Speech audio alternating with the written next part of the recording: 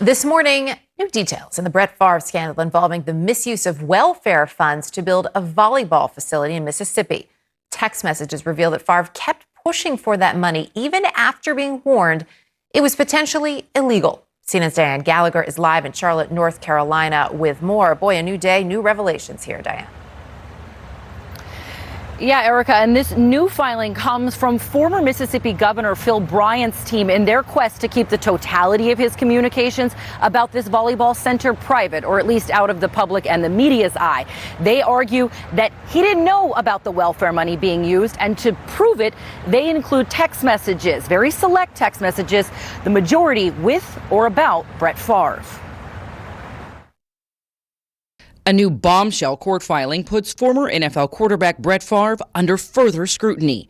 In it, lawyers for former Mississippi Governor Phil Bryant write that Favre continued working to obtain funds for a multi-million-dollar volleyball center at his alma mater, the University of Southern Mississippi, where his daughter played the sport at the time, despite being told that it could possibly be an illegal use of state funds. The funds for this project were part of a broader state audit that found $77 million of federal welfare grant funds meant for the temporary assistance for needy family programs in Mississippi were used instead to help fund projects desired by the politically connected and celebrities, including Favre. In the filing, an attorney for Bryant produced text messages between his client and Favre, arguing that Bryant pushed back on Favre's request for funding.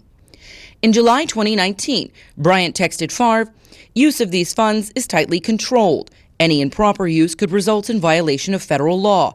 Auditors are currently reviewing the use of these funds by Family First. As soon as the audit is complete, we will know if the project at USM is a proper expenditure." Favre continued to press the governor in September, writing, "We obviously need your help big time, and time is working against us. And we feel that your name is a perfect choice for this facility, and we are not taking no for an answer. You are a Southern Miss alum, and folks need to know that you are a supporter of the university." Bryant responded, "We are going to get there. This was a great meeting, but we have to follow the law. I am too old for federal prison." According to investigators, more than $4 million was used to build Favre's desired volleyball center. And according to the new filing, Favre also tried to secure additional funds for an indoor football arena he hoped would attract better recruits.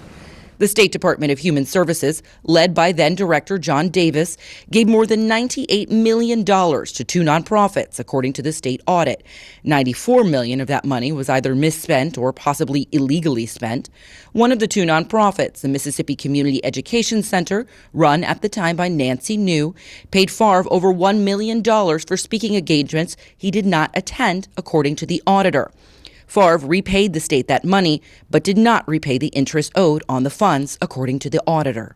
Mr. Davis, as it relates to count one, conspiracy, how do you plead guilty or not guilty? Guilty. Davis pleaded guilty to federal charges, including one count of conspiracy and one count of theft, as well as 18 state charges last week. Nancy New and her son were convicted in April for their roles in the scheme.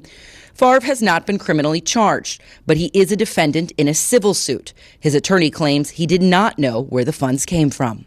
Brett couldn't have been more honorable in any of it. He had no idea where it came from.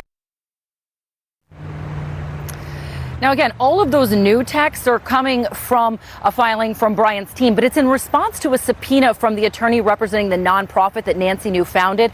And that's because Nancy New has accused Bryant of directing her to pay Favre that $1 million for those speeches. That's an allegation that Bryant has denied.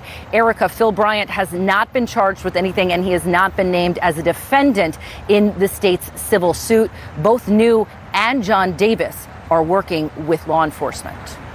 Diane Gallagher, it feels like we have a lot more to learn, doesn't it? Appreciate the update. Thank you.